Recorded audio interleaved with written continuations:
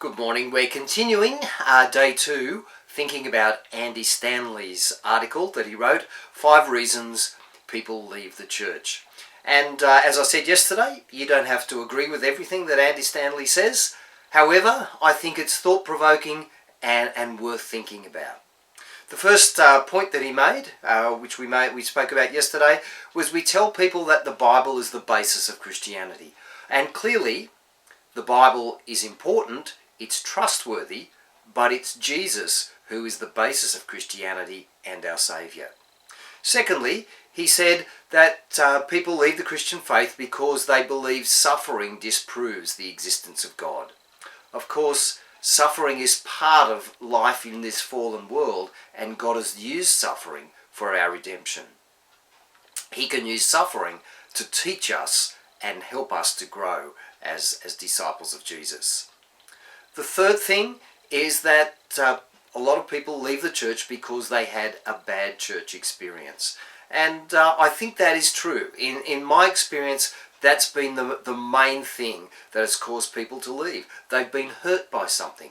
And we need to be very careful that we're not hurtful in anything that we say or do, but rather treat people with kindness and integrity at all times.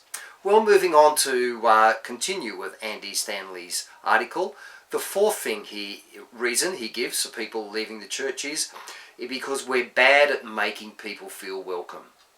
He writes, it wasn't just his message that made Jesus irresistible, it was Jesus himself. People who were nothing like him liked him, and Jesus liked people who were nothing like him. Jesus invited unbelieving, misbehaving, troublemaking men and women to follow him and to embrace something new, and they accepted his invitation. As followers of Jesus, we should be known as people who like people who are nothing like us. And when we invite unbelieving, misbehaving troublemakers to join us, they should be intrigued, if not inclined, to accept our invitation. And I think there's a great truth in this, because Jesus was a relational person, and in following him we need to be relational. It's not our job to judge or disapprove of other people.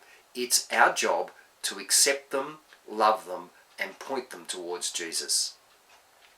Andy Stanley's fifth reason of why people leave the church, and this is the one that I spoke about last Sunday in my sermon, and I think it's an important thing for us to take on board, to consciously have in our thinking and our reacting. And it is, we made ecclesia, the church, a building. The word church should never have appeared in our Bibles. It shouldn't have been part of Christian culture either. It's more than a mistranslation. It misrepresents, it's a misdirection. And while the majority of our English Bible is a word-for-word translation from Greek, the term church is an exception. The term church is not a translation, it's a substitution, and a misleading one at that. The term church is a derivative of a German term, Kirche, meaning house of the Lord or temple. This term of German origin was used to interpret rather than translate the Greek. That Greek word ecclesia throughout most of the New Testament. The Greek term ecclesia is translated as church over 100 times in your English New Testament. But in Acts 19:32, a passage describing a city in uproar, Ephesus, it's translated differently. It says, the assembly was in confusion. Some were shouting one thing, some another. Most of the people did not even know why they were there. Ecclesia was not and is not a religious term. It doesn't mean a church or a house of the Lord. It certainly shouldn't be associated with a temple. The term was used widely to describe a gathering assembly, civic gatherings, or an assembly of soldiers, or as in the case of Acts 19, an assembly of rioting idol manufacturers.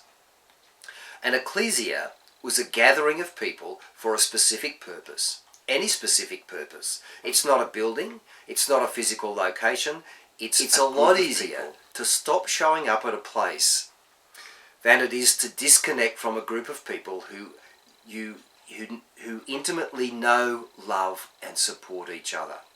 And if we want people to stop leaving the church, if we want Christianity to be irresistible again, then maybe it's time to take another look at the movement Jesus started 2,000 years ago. And for me to put my 2 bobs worth in, I think if we do that, we discover the relational aspect that Jesus presented. And we discover that Jesus was a good bloke. He was an irresistible character. He was loving and affirming and fun to be with. What about you? Is that how people find you? I hope it is. And if it is, point them towards Jesus. Bye for now.